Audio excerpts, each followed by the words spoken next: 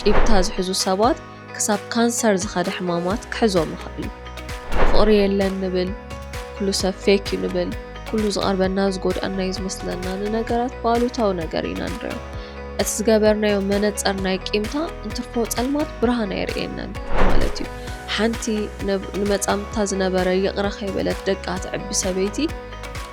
ንደቃ ጥዒት ደዘይ ክትኮነሎም ትኽእል እያ። ተጻራፊት፣ መንጸርጸሪ፣ ተሃራራሚት ክትከውን ትኽእል እያ በቲ ዘሎ ቃንዛ። ስለዚ ይቕረ ምባል ነታ ሓሚማ ዘላ ነፍስና እንህቦ ፈውሲ ዳ እምበር ነቶም ዘቐየሙና ሰባት እንህቦ ህያብ ኣይኮነን። ሰላም ሰላም ጽቡቓት ከመይ ቀኒኹም? ሎማዓንቲ ኸዓ ብዛዕባ ካንሰር ናይ ስጋን ካንሰር ናይ ነፍስን ክኾነና ዝኽእል ቂምታን ፈውሲ ይቕሬታን ኢና ክንዛረብ። ዝበዛሕና ሰባት ብንኣምኖም ንፈትዎም ተስፋ ዘንበርናሎም ጸግዐ ክኾኑና ይኽእሉ እዮም ዝበልናዮም ሰባት ክንብደል ከለና ክንጥለም ከለና ዘይሓሰብናዮ ከቢድ ነገር ክገጥመና ከሎ ይቕረ ክንብለሎም ኣዝዩ ይኸብደና እዩ። እሽግር ግን ቂምታ መርዚ ሰቲኻ ምስቲ መርዚ ክትነብር ከም ምውሳን እዩ። ከይተረዳእካ ከምኡ ዓይነት ውሳነ ኢኻ ትውስን። እሰተኻዮ መርዚ ኸዓ ነቶም ዘቐየሙኻ ሰባት ምንም ዘይትንክፍ፣ ንዓኻ ግን ጥዕናኻ፣ ህይወትካ፣ መጻኢኻ ምስ ኣምላኽ ዘለካ ርክብ ጽቡቕ ዝኾነ ተሓሳስበኻ ዝዕኑ ዓይነት መርዚ እዩ። ተቐዳመይቲ ኩሉ ግዜ ቂም ዝሕዙ ሰባት ኣእምሮኦም ኩሉ ግዜ ኣብ ሓደጋ ከም ዘሎ ገይሩ ስለ ዝቐርጾ እቲ ዘጋጠመ ነገር ሽዑ ንሽዑ ከም ዘጋጠመ ኮይኑ ስለ ዝስምዖ ንዑ ክከላኸል ክብል ኣዝዮም ሓደገኛታት ዝኾኑ ኬሚካላት ናብ ኣካላትና ይነዝዑ። እዞም ኬሚካላት እዚኦም ከዓ ብዝተፈላለዩ ሕማማት ከም ንጥቃዕ ክገብሩና ይኽእሉ እዮም። ብፍላይ ምስ ልቢ ዝተኣሳሰሩ ሕማማት ድኻም ልቢ፣ ወቕዒ ልቢ፣ ካብኡ ከይዱ ጸቕጢ ደም፣ ከቢድ ጭንቀት፣ ስእነት ድቃስ፣ ከቢድ ሕማም ርእሲ፣ ካልኦት ዝተፈላለዩ ሕማማትን ማለት እዩ። ገሊኦም ደኳትር ከማን ይብልዮም ከቢድ ቂብታ ዝሕዙ ሰባት ክሳብ ካንሰር ዝኸደ ሕማማት ክሕዞም ይኽእል እዩ። ከምኡ ከይኮነ ይተርፍን ይመስለኒ ኣብ ገሊአን ናይ ካንሰር ሕክምና ዝኾና ቦታታት ናይ ይቕሬታት ቴራፒ ይወሃቦም እዩ እቶም ሕሙማት ማለት እዩ። እቶም ይቕረ ዝበሉኻ ዝያዳ ንኽድሕኑ ተስፋታትን ዕድላትን ኣለዎም ማለት እዩ። ብጥዕናና ክሳብ ክንዲ ዝጎድኣና ይኽእል እዩ። ካልኣይ ከዓ ቂምታ ኩሉ ግዜ ንዝነበረና ኣወንታዊ ተሓሳስባ ናብ ኣሉታዊ ዝቕይሮ ትማሊ ኣብ ፍቕሪ ንኣምን ነበርና እምነት ዝነበረና ብዝኾነ ነገር ሎሚ ግን እምነት ደይብልና ሰባት ክንኣምን ዘይክእል ፍቕሪ የለን ንብል፣ ኩሉ ሰብ ፌክ እዩ ንብል፣ ኩሉ ዝቐርበና ዝጎድአና እዩ ዝመስለና ንነገራት ባሉታዊ ነገር ኢና ንሪኦ። እቲ ዝገበርናዮ መነፀር ናይ ቂምታ እንትርፎ ጸልማት ብርሃን የርእየናን። ኢቭን ወላ ቅድሜና ብርሃን እንተሎ ንሕና ግን ኣብ ጸልማት ክሳብ ዘለና ብርሃን ከም ዘይንርኢ ይገብረና። ኩሉ ብኣሉታዊ እዩ ዘርእየና። ኣብቲ ወሲና ዝኾነ ነገር ክንጅምረሉ ንሓስብ ከማን ኩሉ ግዜ ኣብ እዝንና መፂኡ ሕሹ ክብለና እዩ። ብፍቕሪ ተዳ ተበዲልና ኮይና ዝኾነ ሓድሽ ፍቕሪ ክንጅምር ተደሊና ትማሊ ዝተጎዳእክዮ ረሲዕክዮ ዲኺ፣ ትማሊ ዝተጎዳእካዮ ረሲዕካዮ ዲኻ፣ ኣይትስክሕን ዲኻ፣ ኣይትስክሕን ዲኽ እንዳበለ ኣብታ ዘለናያ ስታክ ገይሩ ከምዘይንንቀሳቐስ እዩ ዝገብረና። እቶም ሕማቓት ድበልናዮም ሰባት ካልኦት ሕማቓት ኣሉታውያን ዝኾኑ ሰባት ፈጢሮም ይኸዱ ማለት እዩ። እቲ ካልኣይ ከዓ ቂምታ ኩሉ ግዜ ዝተጎድኡ ሰባት ክጎድኡ ዘለዎ ሰብ ካልኦት ሰባት ክጎድኡ ዘሎ ተኽእሎ ኣዝዩ ዓብዪ እዩ። ከምዚ ከቢድ ሕማም ምስ ከቢድ ቃንዛ ዘለዎ ሰብ ነቶም ዘልዕልዎ፣ ዝኣልይዎ፣ ዝንከባኸብዎ ሰባት ከማን ከይተረፈ ክጸርፎም፣ ሕርቀኑ ከውፀሎም፣ ከንጸርጽረሎም ይኽእል እዩ። ምስ ሓወየኩ ይቕረ ክብሎም፣ ፍቕሩ ክገልጸሎም ክኽእል ይኸውን። ግን ኣብቲ ቃንዛ ክሳብ ዘሎ ግን እንታይ ይብሎም ኣሎ ከማን ኣይርድኦን እዩ። እቲ ቃንዝኦም እቲ ዘለዎ ቃንዛ ኣብኦም እዩ ዘውፅኦ ማለት እዩ። ቂም ዝሓዘ ከዓ ልክዕ ከምኡ እዩ። ሓደ ምስ ስድርኡ ቂምታ ሒዙ ሓድሽ ናቱ ስድራ ዝፈጥር ሰብ ነቶም ዝሃነጾም ስድራ ጥዑይ ደይ ክኾነሎም ይኽእል እዩ። ቂምታ ክሳብ ዘሎ ብልቡ ሕርቃኑ እቲ ዘለዎ ሕቡእ ቃንዛ ኣብኦም ከውፅኦ ይኽእል እዩ ማለት እዩ። ሓንቲ ንመጻምታ ዝነበረ ይቕረ ከይበለት ደቃ ትዕቢ ሰበይቲ ንደቃ ጥዒት ደዘይ ክትኮነሎም ትኽእል እያ። ተጻራፊት፣ መንጸርጸሪ፣ ተሃራራሚት ክትከውን ትኽእል እያ በቲ ዘሎ ቃንዛ። ወላ ክሳብ ኣብዚ ተዘይከደት ከዓ ነቶም ደቃ ብዛዕባ ኣቦኦም ጥዑይ ነገር ክትብሎም ኣይትክእልን እያ። ወላ ተፈተነት ጽልኢ ስለ ዘሎ ቂም ስለ ዘሎ ኣብ መንጎ ክሞልቃ ይኽእል እዩ ሕማቓት ነገራት። ስለዚ ካልኦት ተቐይሞም ተጎዲኦም ዝዓብዩ ቆልዑት ነዛ ዓለም ትባ ማለት እዩ እሶም ከዓ ንካልኦት ከምኡ ይኾኑ እዚ ዘይቋርፅ ሰንሰለት እዩ ዝኸውን ንሕና ክሳብ ዘይበተኽናዮ እቲ ብድሕሪኡ ዝመፅእ ከዓ ቂምታ ኩሉ ግዜ ተመሳሰልቲ ሰባት እዩ ዝስሕበልና እንተ ደኣ ብፍቕሪ እንተ ደኣ ተበዲልና ኮይና ነቲ ሓደ ዝነበረ ሰብ يقرأ خيبلنا تدا خالق فقر تدا خنفتن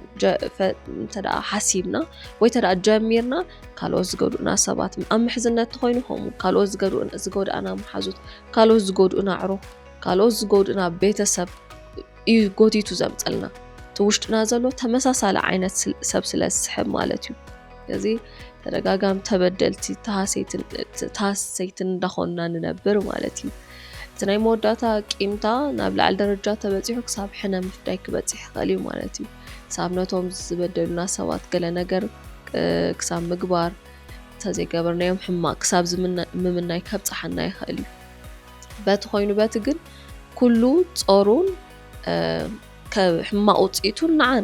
ንዓና ነቶም ታሲና ዘለና ወይ ተቀይምና ዘለና እዚ ብስጋና ክገጥመና ዝኽእል ሽግራት እዩ በመንፈሳዊ ህይወትና ውን ካብኡ ብዝገድድ ማለት እዩ እግዚአብሔር ኩሉ ግዜ እንታይ ዝብለና ይቅረባሃል ትኹኑ ከምቲ ናይ ሰማይ አብኹም ይቅረባሃል ዝኾነ ይቅረበሉ ይቅራ ክበሃለልኩም ብዙሕ ነገራት ብዛዕባ ይቅሬታ መጽሐፍ ቅዱስ ተጻሒፎም እዮም بعبيها እግዚአብሔር ንዓና ሓዳሽ መዓልቲ ሓዳሽ ፀሓይ ዘርእየና ኣፍቂሩና ስለ ዘፍቀርናዮ ሞይትልና ንስለኸብሩ ስለነብር ደለና ወይ ከዓ ትእዛዛቱን ሕግታቱን ስለ ዘኽበርና ይኮነን ይቕረ ስለ ዝብለልና እዩ ሓዳሽ መዓልቲ ዝበልና ለዚ ንሕና ነቶም ካልኦት ዝበደሉና ውን ከምኡ ክንከውን ይቕረ ክንብለሎም ይፅበየና እዩ ማለት እዩ ዝኸፈለልና ዋጋና ይቕሬታ ውን ክሳብ ሞት ስለ ዝኾነ ክሳብ ሞት እኳ ተዘይከናስ ግን ክንሓድገሎም ነቶም ሰባት ግን ይፅበየና እዩ ንዓና ንኽሕሸና ማለት እዩ ነቶም ሰባት ስለ ዝሓልየሎም ኣይኮነን ቀዳምነት ብዛዕባና ስለ ዝሓስብ እዩ ማለት እዩ ቂምታ ነቲ ዘለና ምስ ኣምላኽ ዘለና ኔትወርክ ነቲ ዘለና ርክብ ከም ዘቋርፁ ስለ ዝፈልጥ እዩ ብዛዕባ ይቕሬታ ብዙሕ ግዜ ነጊሩና ምስ ኣምላኽ ዘለና ኔትወርክ ተቋሪፁ ከዓ ሓጎስ ዘይብልና ተስፋ ዝቆረፅና ሰላም ዝሰኣና ኩሉ ግዜ ብጭንቀት ንሳቐ ሰባት ኢና ንኸውን እዚ ካብዚ ኩሉ ንክንድሕን እዩ ይቕረበሉ ዝብለና ኩሉ ግዜ ማለት እዩ ስለዚ ይቕረ ምባል ነታ ሓሚማ ዘላ ነፍስና እንህቦ ፈውሲ ዳ እምበር ነቶም ዘቀየሙና ሰባት እንህቦ ህያብ ኣይኮነን ከምዚ ምፍላጥና ንይቕሬታ ክንወስን ወይ ይቕሬታ ምርጫና ክንገብሮ ሕግዘና ኢለ ተስፋ ገብር እቲ ካልእ ከዓ መድሃኒት ክሳብ ንብሎ ዘለና ኩሉ መድሃኒት ጥዑም ጣዕሚ የብሉ ነታ ናይ ይቕሬታ መድሃኒት ውን መራር ክትከውን ትኽእል እያ ግን ካብቲ ዘሎ ቃንዛን ካብቲ ዘሎ ሕማምን ንሳታ ዝሓሸት መድሃኒት እያ ጥዑም ቸንገለ ሕማም ሓሚምካ ኩሉ መድሃኒት ጥዑም ስለ ጣዕመካ ይኮንካ እንትወስዶ ግን እቲ ሕማምካ ስለ ዝኸፍእ ኢኻ ትወስዶ ማለት እዩ እዚ ናይ ይቕሬታ መድሃኒት ከዓ ከምኡ እያ በይንና ክንከዶ ከብደና ክእል ኸውን በይንና ክንጓዓዞ ከብደና ክእል ኸውን ስለዚ ኩሉ ግዜ ንእግዚአብሔር ከምቲ እሱ ይቕረ በሃሊ ዝኾነ ንሕና ውን ናይ ይቕሬታ ልቢ ንክህልወና ምልማን ውን ይቕረ ክንብል ባዕሉ እግዚአብሔር ክረዳእና እዩ ባዕሉ እቲ መንገዲ ከርእየና እዩ ማለት እዩ ካልእ ንይቕሬታ ይሕግዘና እዩ ዝብሎ ነገር ተሎኻ እቶም ዝበደሉና ሰባት ገለ ተቐይሞምሎም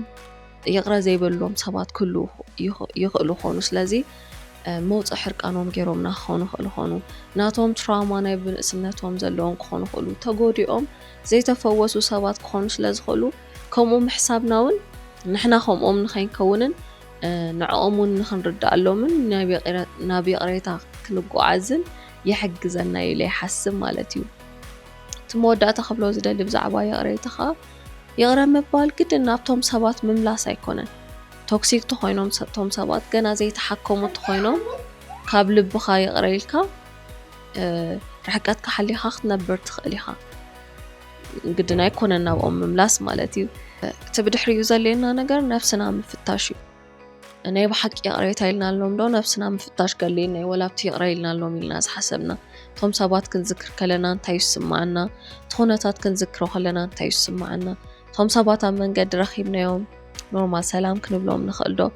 ስምዒትና ኖርማል ተዘይተመሊሱ እቲ ዝነበረና ኣወንታዊ ተሓሳስባ እንተዘይተመሊሱ ገና ይቕረይበልና ዘለና ገና መድሃኒትና ይወዳእና ዘለና ማለት እዩ ኣብ መወዳእታ ልብና ንጹህ ኮይኑ ይቕረ ምስ በልና ግን ብዙሕ ነገራት ካብ ኣምላኽ ክወሃበና እዩ ብዙሕ በረኻታት ማለት እዩ ብዓብዩ ትኻብኡ ክንመሃሮ ንኽእል ትምህርቲ እግዚኣብሔር ከርኤና እዩ ይቕረ ምስ በልና ጥራይ ዝኸፈተልና ነገር ማለት እዩ እቲ ካልኣይ ኔትወርክ ምስ ኣምላኽ ዘለና ተመሊሱሎ ሓጎስና ተስፋና ሰላምና እንዳተመልሰ ክኸይድ እዩ እቲ ካልእ ከቢድ ጾር ከም ዘራገፍና ኣለና እዩ ብዓብዩ ከዓ እግዚኣብሔር በቲ ዝተበደልናዮ ክሕሰና እዩ ማለት እዩ ብስድራና ተኾይና ተበዲልና ብናትና ጽቡቕ ሓደር ክሕሰና እዩ ብመጻምዲ ተኾይና ተበዲልና ጥዑይ መጻምዲ ብምሃብ ክሕሰና እዩ ንሕና ብንሓስቦ ጥራይ ደይኮነስ ንሕና ብዘይሓሰብናዮ ብዙሕ በረኻታት ክሕሰና እዩ ይቕረ ምስ በልና እዚ ይቕሬታ ክሳብ ክንዲ ዝሓይሉ ኣለዎ ጽቡቕ ነገር ንምውሃብ ህይወትና ናብ ምዕራይ ቂምታ እውን ክሳብ ክንድኡ ክዕንወና ሓይሊ ኣለዎ ከዚ ኩሉ ግዜ ንይቕሬታ ዝጎይ ልቢ ይሃበና እግዚኣብሔር ኣምላኽ እዛ ቪድዮ ተፈቲኹማ ንኻልኦት ሰባት ሼር ግበርሎም ሓድሽ ስለ ዝኾነ እዚ ቻነል ሳብስክራይብ ምግባር ኣይትረስዑ ዝኾነ ሓሳብ ወይ ነቐፌታ ወይ ርእቶ ተለኩም ከዓ ኮመንት ሴክሽን ጸሓፉለይ ብኻልእ ቪድዮ ክሳብ ንራኸብ ቻው